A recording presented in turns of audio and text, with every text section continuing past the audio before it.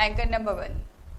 राज्यसभा सांसद विवेक तनखा और दिग्विजय सिंह इंदौर पहुंचे, जहां अभिभाषकों के साथ में एक बैठक का आयोजन किया गया, जिसमें देश की वर्तमान स्थिति में न्यायपालिका में राजनीतिक हस्तक्षेप को लेकर चर्चा की गई। साथ ही 26 नवंबर को अभिभाषक दिवस के कार्यक्रम की रूपरेखा भी बनाई गई है। पत्रकारों से बातचीत करते हुए दोनों ही कांग्रेस नेताओं ने भारत जोड़ो यात्रा के मालवा अंचल के रूट के बारे में भी चर्चा की, साथ ही सियासी सवालों के जवाब भी दिए।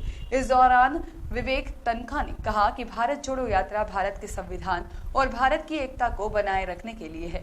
जुडिशरी में राजनीतिक हस्तक्षेप खतरनाक होगा। न्याय के लिए भारत जोड़ो यात्रा लगभग 20 नवंबर के आसपास मध्य प्रदेश में रहेगी और करीब 26 नवंबर तक इंदौर पहुंचने की उम्मीद जताई है। इंदौर और महू का रूट प्लान करने के लिए कमेटी बनाई जा चुकी है और 1 नवंबर तक रूट तय हो जाएगा।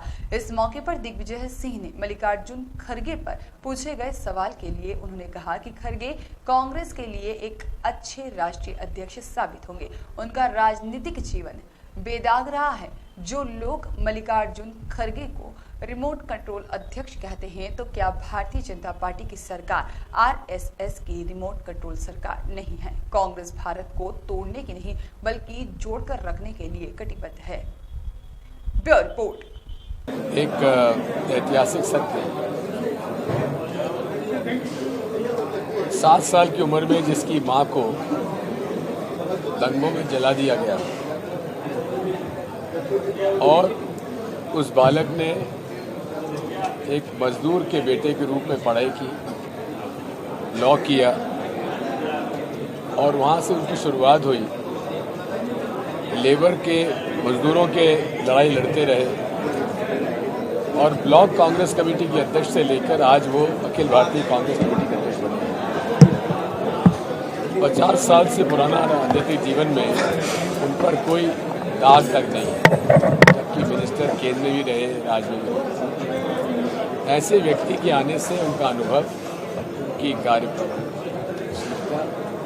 इस पर हमें भरोसा है और निश्चित एक अच्छे अध्यक्ष साबित हो गए। लेकिन जो आरोप है कि रिमोट कंट्रोल है गांधी परिवार के, तो भाजपा लगा रही है। नहीं बात, उनके पास आरोप क्या लगाने का और क्या बचा है? उनकी राजनीतिक जीवन पर कोई टिप्पणी नहीं कर सकती। उन पर ना कोई ईडी है, ना आईटी है, ना सीबीआई है, दलित है, कोई उन पर चार्ज नहीं है, तो क्या चार्ज लगाएंगे? लेकिन क्या आरएसएस का रिमोट कंट्रोल नहीं चलता भाजपा पे? सर, मध्य प्रदेश में आप लगातार जुड़े हुए हैं भारत जोड़ो यात्रा से, मुख्य भूमिका में भी। क्या ये पूरा अभियान जो एक धर्म आधारित राजनीति चल रही है उससे संघर्ष के लिए अब तक कामयाब होता दिखाई दे रहा है? पहली बात समझ लीजिए कि भारत जोड़ो अभियान क्या है। भारत जोड़ो यात्रा 3 बिंदुओं पर एक हालात में बिगड़ाव होते जा रहे हैं, उसके लिए है। अमीर अमीर होता जा रहा है, गरीब गरीब होता जा रहा है। मैं ये बताना चाहूँगा कि हम लोग आज जो वकील वर्ग जो एकत्रित हो रहा है, ये खाली इंदौर का विषय नहीं है, ये पूरे देश का विषय है। 26 नवंबर को हम लोग लॉ डे मनाते हैं, संविधान दिवस तक एक प्रकार से होता है और संविधान की रक्षा करने की बात उस दिन हम लोग सब करते हैं। तो इसलिए इस वक्त संविधान को सुरक्षित रखना और लोगों के हितों को सुरक्षित रखना, ये एक सबसे बड़ी चुनौती हो गई है इस देश में।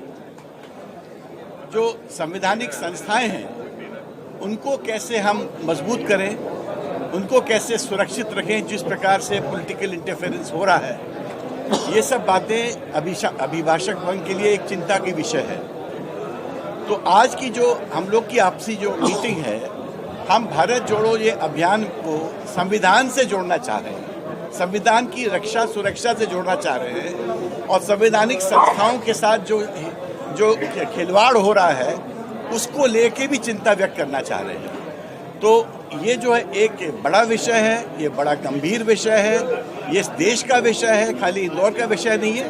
बट क्योंकि 26 नवंबर राहुल जी के इस जब ये इंदौर तरफ आएंगे तो कहीं बीच में वो 26 नवंबर आएगा, तो हमको अभी ये नहीं पता वो कब आएगा, कहाँ आएगा। तो ये एक कैसे इसकी क्या रूपरेखा होगी, धीरे धीरे हम इसकी रूप